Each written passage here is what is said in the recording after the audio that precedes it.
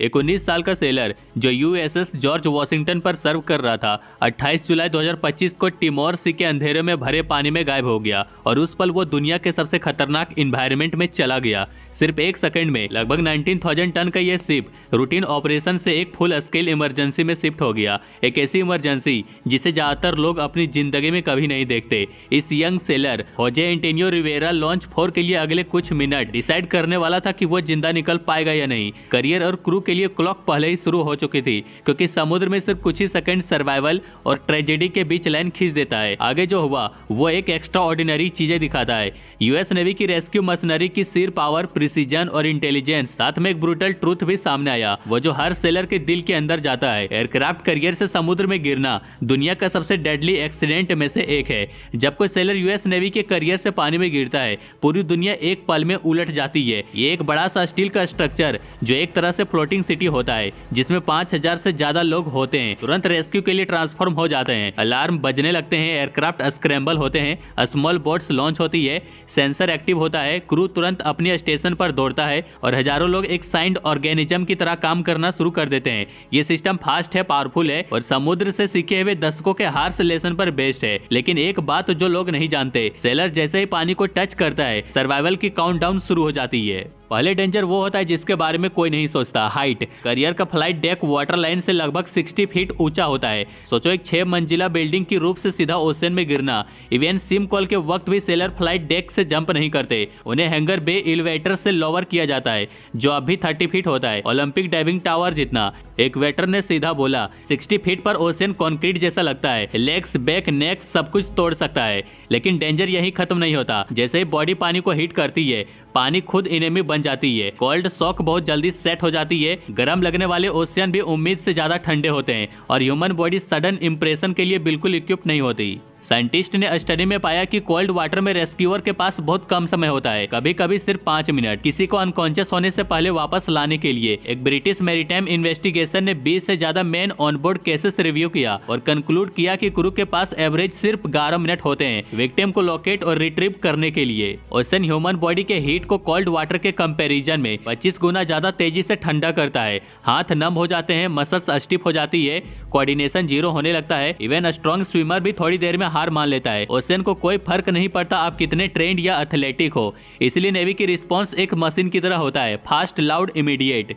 जैसे ही कोई चिल्लाता है मैन ओवरबोर्ड, पूरी शिप रिएक्ट करती है। कॉल डेक पर रिपीट होता है ताकि कोई मिस ना करे। जिस सेलर ने फॉल देखा होता है वो लगातार फिंगर से पॉइंट करता रहता है, क्योंकि सिर्फ कुछ ही सेकंड के लिए विजुअल कांटेक्ट लूज कर देना मतलब उन्हें फॉरएवर लूज कर देना होता है। ब्रिज पर ऑफिसर ऑफ द डेक एक स्पेसिफिक जीपीएस बटन हिट करता है जो इंसिडेंट के एग्जैक्ट कोऑर्डिनेट्स स्टैम्प करता है। ये क्रिटिकल होता है क्योंकि मूविंग करियर ड्रिफ्ट नहीं करता, वो हाई स्पीड पर आगे बढ़ता रहता है और सेकंड में ही हंड्रेड्स ऑफ मीटर कवर कर लेता है। सिर्फ 3 लॉन्ग हॉर्न सिग्नल ब्लास्ट करती है, international distress alert, life rings, blinking lights और स्मोक मार्कर के साथ तुरंत पानी में थ्रो किए जाते हैं। डिस्ट्रॉयर और क्रूजर नॉर्मली विलियमसन टर्न करते हैं ताकि एग्जैक्ट रेस्क्यू पॉइंट पर वापस आ सके, लेकिन एयरक्राफ्ट करियर इतने मैसिव होते हैं कि वो शार्प मनवर क्विकली एग्जीक्यूट नहीं कर सकते। यही करियर एक एडवांटेज लाता है, एयर पावर। अगर हेलीकॉप्टर ऑलरेडी एयरबोर्न है तो वो सीधा लोकेशन पर जाती है, अगर नहीं है तो रेस्क्यू बर्ड तुरंत लॉन्च होती है। हेलीकॉप्टर मिनट में सेलर तक पहुंच सकती है, करियर के टर्न करने के बहुत फास्टर। लेकिन हेलीकॉप्टर रेस्क्यू सिंपल नहीं होता, पायलट को रफ सी के ऊपर लो हवर करना पड़ता है, कभी कभी बैड वेदर में भी। रेस्क्यू स्विमर वॉलेंट वेव में भी जंप करती है जो लोगों को आसानी से निगल सकती है। ये लोग कई सालों तक ट्रेनिंग करते हैं क्योंकि उनका काम लिटरली अपनी जान दांव पर लगाकर किसी और की जान बचाना होता है। हेलीकॉप्टर के अलावा छोटे RHIB बोट्स भी लॉन्च होती है। ये बोट्स वेव को हाई स्पीड में कट करती है और मेडिकल टीम कैरी करती है। रिसेंट इंसिडेंट दिखाता है कि रेस्क्यू ऑपरेशन कितने मैसिव और डिफिकल्ट होते हैं। होजे एंटोनियो रिवेरा लॉन्च की डिसअपीयरेंस नेवल हिस्ट्री के लिए सबसे बड़ा सर्च मिशन ट्रिगर किया। पूरी करियर स्ट्राइक ग्रुप इन्वॉल्व हुई, USS George Washington, cruiser USS Robert small, destroyer USS Supe, multiple helicopter squadron, fixed wing aircraft और P-8 प्लेन्स, यहाँ तक कि अलाइज ने भी हेल्प किया। रॉयल ऑस्ट्रेलियन एयरफोर्स, और ऑस्ट्रेलियन बॉर्डर फोर्स ने एयरक्राफ्ट और शिप डिप्लॉय किया।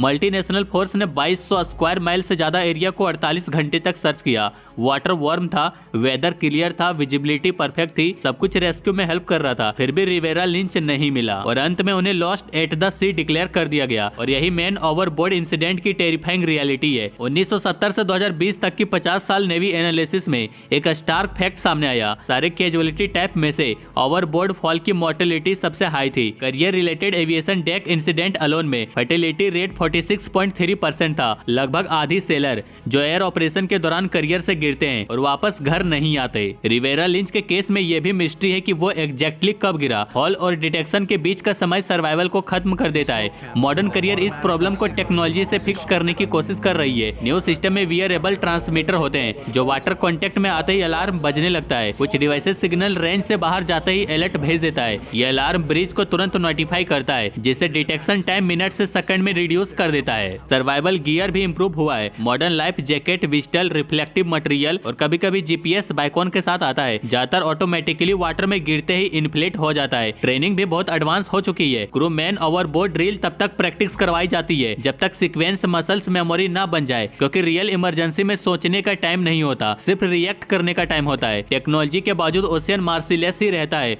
वाटर टेम्परेचर सब कुछ होता है। इवन 78 डिग्री फ़ारेनहाइट जैसा वार्म पानी भी धीरे धीरे फटीग और हाइपोथर्मिया लाता है। 60 डिग्री फ़ारेनहाइट में 1 घंटे में ही इंसान अनकॉन्शियस हो सकता है और फ्रीजिंग टेम्परेचर में सर्वाइवल सिर्फ कुछ मिनट का होता है। बॉडी फैट हेल्प करती है, फिटनेस हेल्प करती है, लेकिन स्विमिंग जो शुरुआत में ठीक लगती है लेकिन कभी कभी हीट लॉस और तेज कर देती है। सर्च एंड रेस्क्यू आज एक आर्ट भी है और साइंस भी। MH-60S सी हॉक हेलीकॉप्टर मेडिकल टीम्स और रेस्क्यू स्विमर लेकर आता है। MH-60R रेडार और एडवांस सेंसर कैरी करता है जो बॉडीज या फ्लोटिंग डेब्रिस डिटेक्ट करता है। इंटरनेशनल लॉ के हिसाब से हर शिप को डिस्ट्रेस सिग्नल का जवाब देना होता है, इसलिए ऑस्ट्रेलिया तुरंत रिवेरा लिंच के सर्च में ज्वाइन हुआ। एक single onboard case, dozen aircraft, multiple warship, hundreds personnel और मिलियंस ऑफ डॉलर के रिसोर्स मोबिलाइज कर देता है। नेवी का लॉजिक सिंपल है, no one get left behind. Technology evolve हो रही है। थर्मल इमेजिंग डार्कनेस में हीट सिग्नेचर डिटेक्ट कर लेता है। मॉडर्न सोनार सबमर्ज बॉडी आइडेंटिफाई कर सकता है। एआई ओशियन करंट और विंड को एनालाइज करके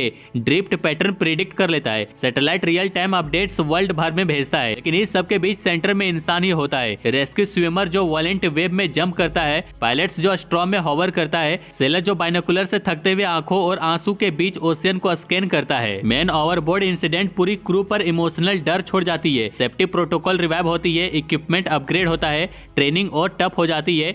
नेवी ने समझ लिया है कि रेस्क्यू से ज्यादा प्रिवेंटेशन बहुत ज्यादा इफेक्टिव है, इसलिए गार्ड रेल्स बढ़ रही है, लाइटनिंग इंप्रूव हो रही है, पर्सनल सेफ्टी रूल्स स्ट्रिक्ट हो रही है और वेदर मॉनिटरिंग शार्प हो रही है। रेस्क्यू ऑपरेशन कंटेस्टेड वाटर में और भी कॉम्प्लिकेटेड हो जाती है, जहां एनिमी प्रेजेंस, इंटेलिजेंस रिस्क या मिशन सीक्रेसी अग्रेसिव रिस्पांस को लिमिट कर सकती है। वॉर टाइम में एक रेस्क्यू अटेम्प्ट भी करियर की लोकेशन रिवील कर सकती है। स्टैटिक के पीछे एक ह्यूमन स्टोरी होती है। रिवेरा लिंच सिर्फ 19 साल का था, घर से दूर सर्व कर रहा था, अपनी नेवल करियर को लेकर एक्साइटेड था। उसकी फैमिली ने उसे इंथुसियास्टिक, प्राउड और कमिटमेंट बताया। हर मैन ओवरबोर्ड अलार्म के पीछे एक फैमिली होती है जिनकी जिंदगी हमेशा के लिए बदल जाती है। ओशियन अनफॉरगिविंग है पर नेवी की कमिटमेंट अनवेवरिंग है। Aircraft carrier American military might का सिंबल होता है, लेकिन ये एक और चीज स्टैंड करती है, हर सेलर को प्रोटेक्ट रखने का प्रॉमिस। जैसे ही कोई सेलर पानी को हीट करता है, तब से लेकर सर्च के कॉल ऑफ होने तक दुनिया की सबसे पावरफुल नेवी अपनी हर कैपेबिलिटी लगा देती है अपने लोगों को घर वापस लाने के लिए। इस वीडियो के बारे में अपनी राय कमेंट में जरूर दें। बाकी लाइक, शेयर, सब्सक्राइब जरूर करें और ऐसे इंटरेस्टिंग वीडियो के लिए चैनल को सब्सक्राइब जरूर करें।